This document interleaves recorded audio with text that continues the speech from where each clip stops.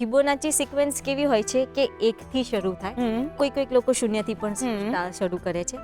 તો એ સિક્વન્સ કેવી રીતના હેપન થાય છે કે 0 થી શરૂ કરીએ, 0 પછી 1 આવે, તો 0 અને 1 નો સરવાળો કરી દઈએ એટલે 1 આવે, તો પાછળ 1 મૂકી દેવાનો. પછી છેલ્લે 2 અંક વધ્યા 1 1, એનો સરવાળો કરી દઈએ તો 2 આવે એટલે પાછળ 2 મૂકી દઈએ. પછી જે છેલ્લે 2 અટક્યા એટલે કે 1 અને 2, તો 1 + 2 3 થશે. પછી 2 + 3 5 થશે. એવી રીતના 5 8 એવી રીતના ફિબોનાચી સિક્વન્સ આવતી જશે.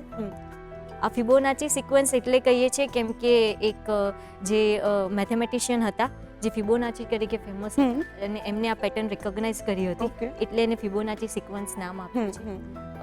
સરસ વસ્તુ એ છે કે સંસ્કૃતના આપણા ભારતના એક સ્કોલર હતા પિંગલા કરીને, એમને એમની પોએટ્રીમાં ઓલરેડી ફિબોનાચી સિક્વન્સનું મેન્શન ફિબોનાચીની પહેલા કરેલું હતું. તો એ પણ એક આપણી સુંદરતા છે. આ જે ફિબોનાચી સિક્વન્સ છે ને એની હું મધમાખી જોડે આપણે વાત કરીએ તો મધમાખીનું જે પ્રજનન હોય એ કેવું હોય છે કે જ્યારે માદા મધમાખી ઈંડું મૂકે તો જો એ ફળદ્રુપ થાય તો માદા મધમાખી આવે, અને જો ફળદ્રુપ ન થાય તો નર મધમાખી આવે. બરાબર છે. આપણે નર મધમાખીની વંશાવેલી જોઈએ ને તો એ ફિબોનાચી સિક્વન્સમાં આવે છે, કેમ કે નર મધમાખી જે હોય એ ફળદ્રુપ થયા વિના આવી એટલે એનું પેરેન્ટ શું થયું? એક જ થયું. ખાલી એક જ મધમાખીમાંથી એ પેદા થઈ છે. બરાબર, એટલે એનું પેરેન્ટ એક થયું.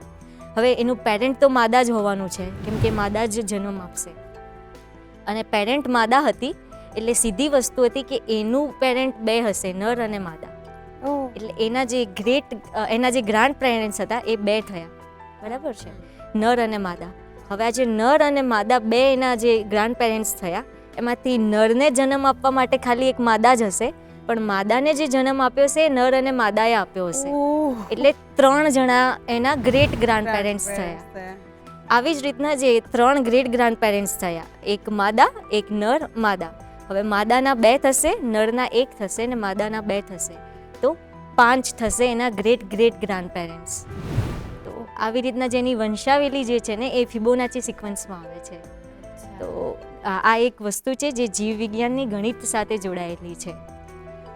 આપણા એક ચાર્લ્સ ડાર્વિન કરીને આપણા જે હતા ઇવોલ્યુશન પર જેની થિયરી આપી છે, એમને કીધું છે કે બાયોલોજીનું સમજવું હોય તો મેથેમેટિક્સ સમજવું જરૂરી છે.